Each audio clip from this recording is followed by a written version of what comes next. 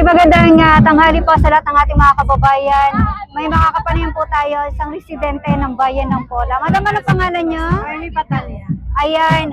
Madam, ano pong masasabi niyo na meron na kayong biyaheng from Pola to Batangas? Masaya po kasi hindi na po kami palipat-lipat ng tawag nito. Ng sakay kasi diretso na po dito mismo sa Pola. Opo. Kaya po masaya kami dahil nakakarating po kami ng ligtas papunta dito. Ayan. So, galing po kayong Batangas, galing po ay Manila or Manila sa po. Manila. So, ngayon, kanina po, libre naman kayo ngayon.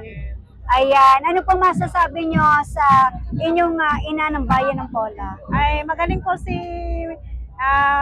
Mayor Ina kasi siya po ang naglagay nitong part ng ating mga sasakyang pandagat.